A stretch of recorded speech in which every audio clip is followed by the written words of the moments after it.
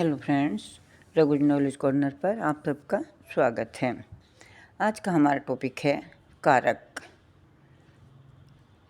अब जब हम व्याकरण कर रहे थे उसमें कई जगह प्रयोग हुआ कि कारक के चिन्हों का प्रयोग किया जाएगा। इसमें कर्ता कारक का प्रयोग हुआ है, इसमें कर्म कारक का प्रयोग हुआ है, लेकिन अभी तक आपको शायद ये नहीं पता होगा कि कारक कहते किसे हैं और कारक का अर्थ क्या है और इसके कितने भेद हैं और कारकों का प्रयोग कैसे किया जाता है। वो सब मैं आज आपको बड़े ही अच्छे ढंग से समझाऊंगी और बहुत ही थोड़े शब्दों में, एक ट्रिक के साथ, ताकि तुम्हें कारक अच्छे से समझ में आ जाए और तुम जीवन में कभी भी कारक के प्रति कोई मिस्टेक ना करो। सबसे पहले मैं आपको बताऊंगी कि कारक का अर्थ क्या होता है। कारक का अर्थ क्या होता है? कारक यानी कि क्रिया को करने वाला। कारक क्रिया को करने वाला। कारक जो होता है वो क्या होते हैं? कारक विभिन्न संख्याओं सर्वनामों को क्रिया के साथ किसी न किसी भूमिका में जोड़ते हैं। यानी कि कारक का क्या कार्य होते हैं? वो संज्ञा या सर्वनाम को किसी न किसी क्रिया के साथ जोड़ते हैं। जैसे मैं आपको एक उदाहरण देती हूँ। जैसे राम ने सत्य को पाने के लिए रावण से युद्ध किया, तो इसमें राम ने, इसमें कौन सा कारक हो गया? कर्ता कारक। कर्ता कारक सत्य को, इसमें क्या हो गया? कर्म कारक। पाने के लिए, इसमें क्या हो गया? संप्रदान कारक। रावण से, इसमें क्या हो गया? करण कारक। तो इसमें ये जो सारे कारक हैं, इनको किसके साथ जोड़ रहे हैं? युद्ध करने के क्रिया के साथ वो जोड़ रहे हैं। ठीक है, तो कारक की परिभाषा क्या हुई? कारक की परिभाषा, वाक्य में प्रयुक्त संज्ञा या सर्वनाम के जिस रूप से उसका संबंध क्रिया के साथ जाना जाए उसे कारक कहते हैं। दोबारा सुनो। वाक्य में प्रयुक्त संज्ञा या सर्वनाम के जिस रूप से उसका संबंध क्रिया के साथ जाना जाए उसे कारक कहते हैं। जैसे राम ने रावण को सीता के लिए बाण से मारा। इसमें राम ने कर्ता कारक, रावण को कर्म कारक, सीता के लिए संप्रदान कारक, इनका प्रयोग हुआ है। मारा किससे? बाण से।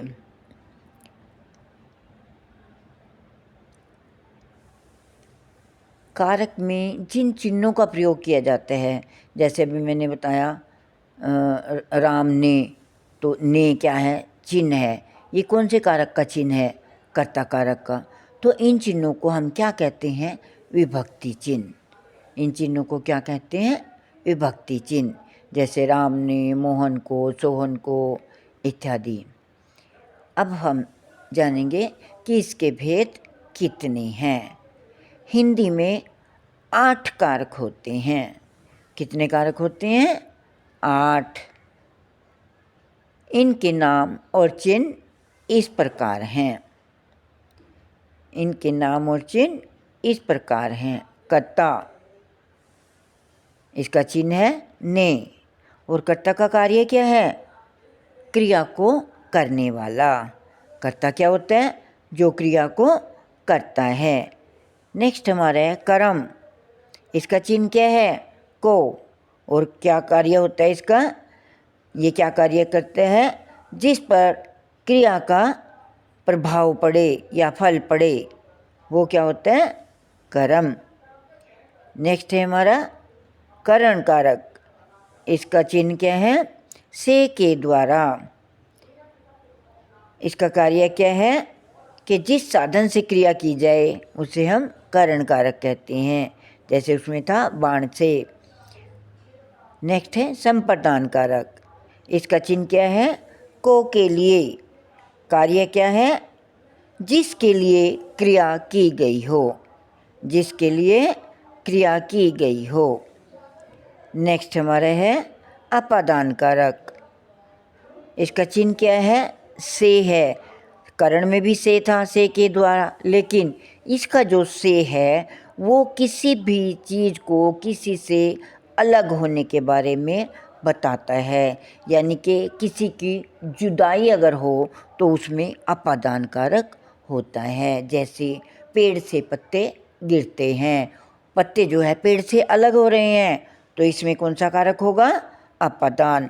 बस इस बात का ध्यान रखना है, जब कोई चीज़ किसी से अलग हो रही हो, जुदा हो रही हो, तो उसमें कौन सा कारक होता है?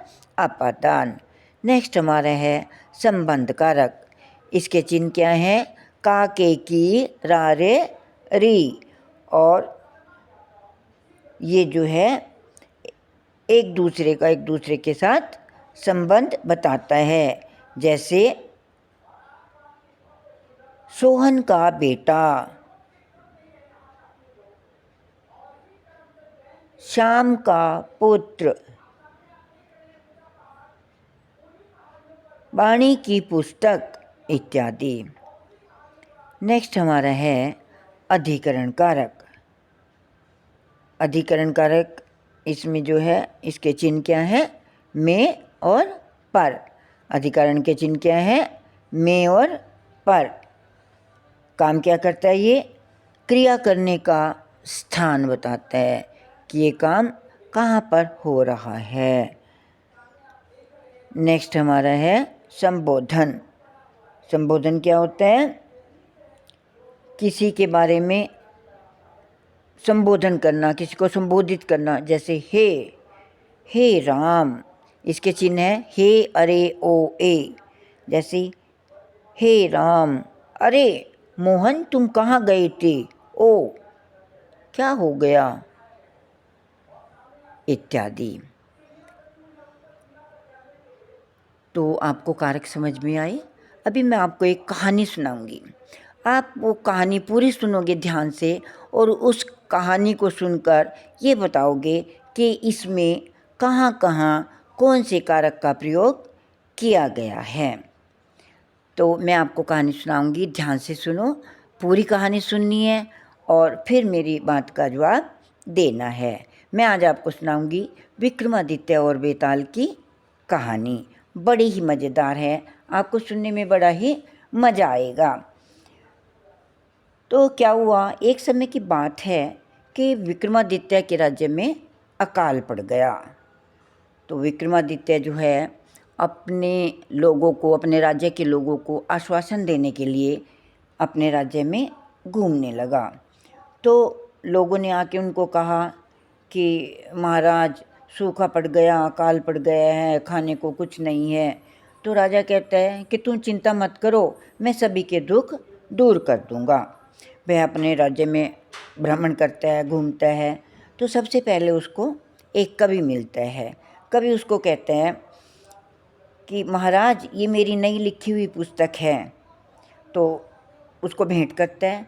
तो राजा उसको लेके कहता है कि मैं आपकी पुस्तक ज़रूर पढ़ूँगा, और उसे कुछ मुद्राएं देकर आगे चला जाता है।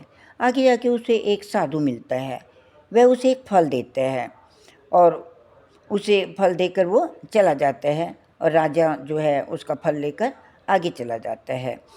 फिर वो साधु क्या करता है, हर रोज़ आता है और राजा को एक फल देकर चला जाता है।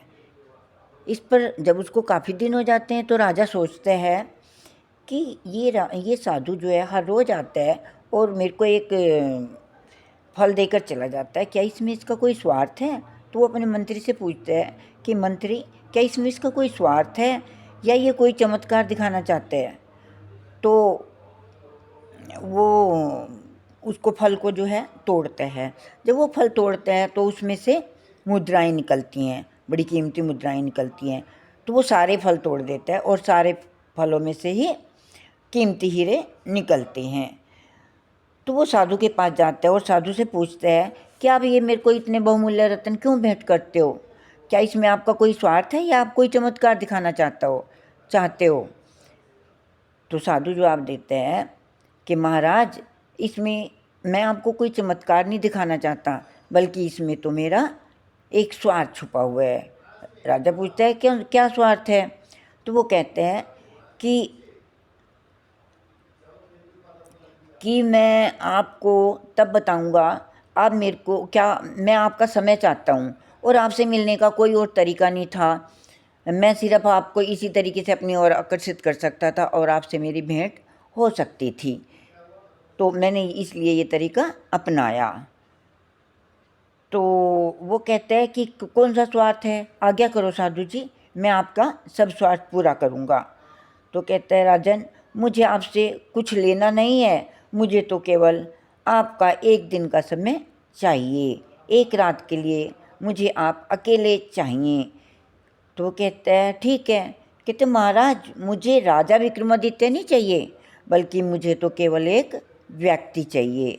तो राजा जो है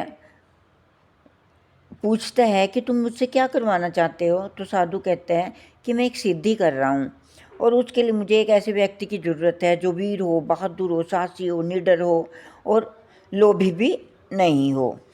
तो इसलिए मैंने आपको चुना है क्योंकि आपके अंदर ये सारे गुण मौजूद हैं। तो क्या आप मेरे को अपना समय दे पाओगे? जहाँ पे मैं सिद्धि करता हूँ वो एक भयानक जंगल है। तो राजा कहता है हाँ, मैंने वादा किया। तो अगले दिन वो रात के अंधेरे में जंगल में अकेला पहुंच जाता है। जो उसके मंत्री होते हैं वो उसको बहुत मना करते हैं कि आप जंगल में अकेले मत जाओ, अपने साथ गार्डों को लेके जाओ, लेकिन वो नहीं मानता। कहता है कि मैंने वादा कर दिया तो मैं अकेला ज़रूर जाऊंगा।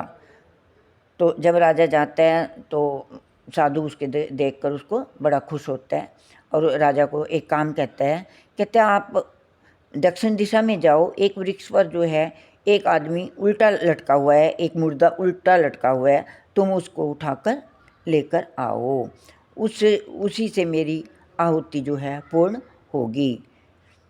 तो राजा जो है जंगल में जाता है, ढूंढता है, देखता है तो उस पर एक आदमी उल्टा लटका हुआ था। वो उसको जब उठा के चलने लगता है तो वो आदमी बोलने लग जाता है, उसको पकड़ लेता है। बताओ वो आदमी कौन था? हाँ बताओ। इसका आंसर मैं छोड़ देती हूँ, आप मेरे को कमेंट्स करके बताना कि वह आदमी कौन था। तो वो चलता जाता है और जब वो उसको लेके चलता है तो वो उसको कहता है कि राजन, जैसे ही तुम बोलोगे तो मैं तुम्हारे कंधे पे से उड़कर जो है वहीं पे चला जाऊंगा जहाँ से तुम मेरे को लेकर आए हो। तो इतने में उसको बोलता है कि मैं तुम्हें एक कहानी सुनाता हूँ, तुम उसको कहानी को सुनो ध्यान से, उससे तुम्हारा रास्ता भी कट जाएगा और तुम्हें कहानी भी सुनने को तुम्हें मज़ा भी आएगा। तो उसको एक कहानी सुनाता है कि पाटलिपुत्र में देवी का एक बहुत बड़ा मंदिर था। एक दिन जो है सूर्य मंगल और उसका मित्र चंद्रसेन मंदिर देखने के लिए वहाँ पर गए। जब वो मंदिर में गए तो सूर्य मंगल ने जो है एक बहुत ही सुंदर लड़की को देखा और उस पर जो है फिदा हो गया। वह उसको उसके साथ शादी करवाने के लिए सोचने लगा। उसने अपने मन में सोचा कि अगर इस लड़की से मेरी शादी नहीं हुई तो जीना बेकार है। उसने अपने मन की बात अपने मित्र से कही। किससे? विक्रमादित्य से, सॉरी चंद्रसेन से। तो वो जो है दोनों लड़की के पिता के पास गए और पिता से अपने मन की बात कही। उसके पिता राजी हो गए, लेकिन उन्होंने एक शर्त रखी कि मेरी बेटी देवी की भक्त है, वह सुबह शाम देवी की पूजा करती है और मैं चाहता हूँ कि शादी के बाद भी उसका यह नियम बना रहे। सूर्यमंगल उसकी शर्त मान लेते हैं और शादी हो जाती है। जब वो बहू को लेकर जा रहे थे तो रास्ते में क्या होता है, उनको डाकू मिल जाते हैं और जब नववधू को देखती है तो वो डर के मारे जोर से चीखती है और छुप जाती है और वो दोनों मित्र जो थे उनके डाकुओं के साथ लड़ने लग जाते हैं। जब वहाँ से कोई आवाज़ नहीं आती तो वो जो नववधू थी वो निकल के आती है बाहर, तो देखती है कि दोनों के सिर कटे पड़े हैं। वो ज़ोर से रोने लग जाती है और सोचती है कि मैं भी मर जाती हूँ, मेरे जीवन का अब क्या फ़ायदा है, मेरे पति की तो मृत्यु हो गई। जब वो अपनी आत्महत्या करने लगती है तो एकदम से देवी आती हैं, कहती है नहीं पुत्री, तुम आत्महत्या मत करो। तो वो कहती है मैं आत्महत्या क्यों नहीं करूं, मेरे पति की मृत्यु हो गई है, मैं विधवा हो गई हूँ और मैंने तुम्हारी इतनी पूजा की, इतनी भक्ति की, आपने मेरे को क्या दिया? तो वो देवी कहती है उसको कि मैं इनको जीवित कर देती हूँ। तो देवी उनके ऊपर अमृत छिड़कती है और उनको जीवित कर देती है और उसको नववधू को बोलती है कि इनके धड़ों को जो है, इनके सिरों को जो है इनके धड़ों के साथ लगा दो। तो वो जो नववधू होती है हड़बड़ाहट में अपने पति का सिर उसके मित्र को लगा देती है और मित्र का सिर पति को लगा देती है। जब वो दोनों खड़े होते हैं तो वो देखते हैं ये क्या हो गया। तो इतने में जो है जिसको लेकर विक्रमादित्य जा रहे थे वो पूछते हैं कि बताओ, उत्तर दो कि उसका पति कौन सा होना चाहिए, उसको कौन सा अपना पति मानना चाहिए। तो विक्रमादित्य उत्तर देते हैं कि जिस शरीर के साथ उसके पति का सिर लगा है वही उसका पति है, क्योंकि जो हमारा मस्तिष्क है वही सारे कार्य करता है। शरीर तो केवल उसका जो है, जो वो कहता है वही काम करता है, बाकी सोचना करना तो सारा काम सिर का ही है। तो कहानी पूरी हुई। इसमें मैंने एक क्वेश्चन अधूरा छोड़ा है कि जिसको वो लेकर आया था वो आदमी कौन था। कमेंट्स करके मेरे को ज़रूर बताइएगा। अगर आपको मेरी वीडियो अच्छी लगी हो तो इसे ज़्यादा से ज़्यादा लाइक और शेयर कीजिएगा तथा मेरे चैनल को सब्सक्राइब अवश्य कीजिए। धन्यवाद।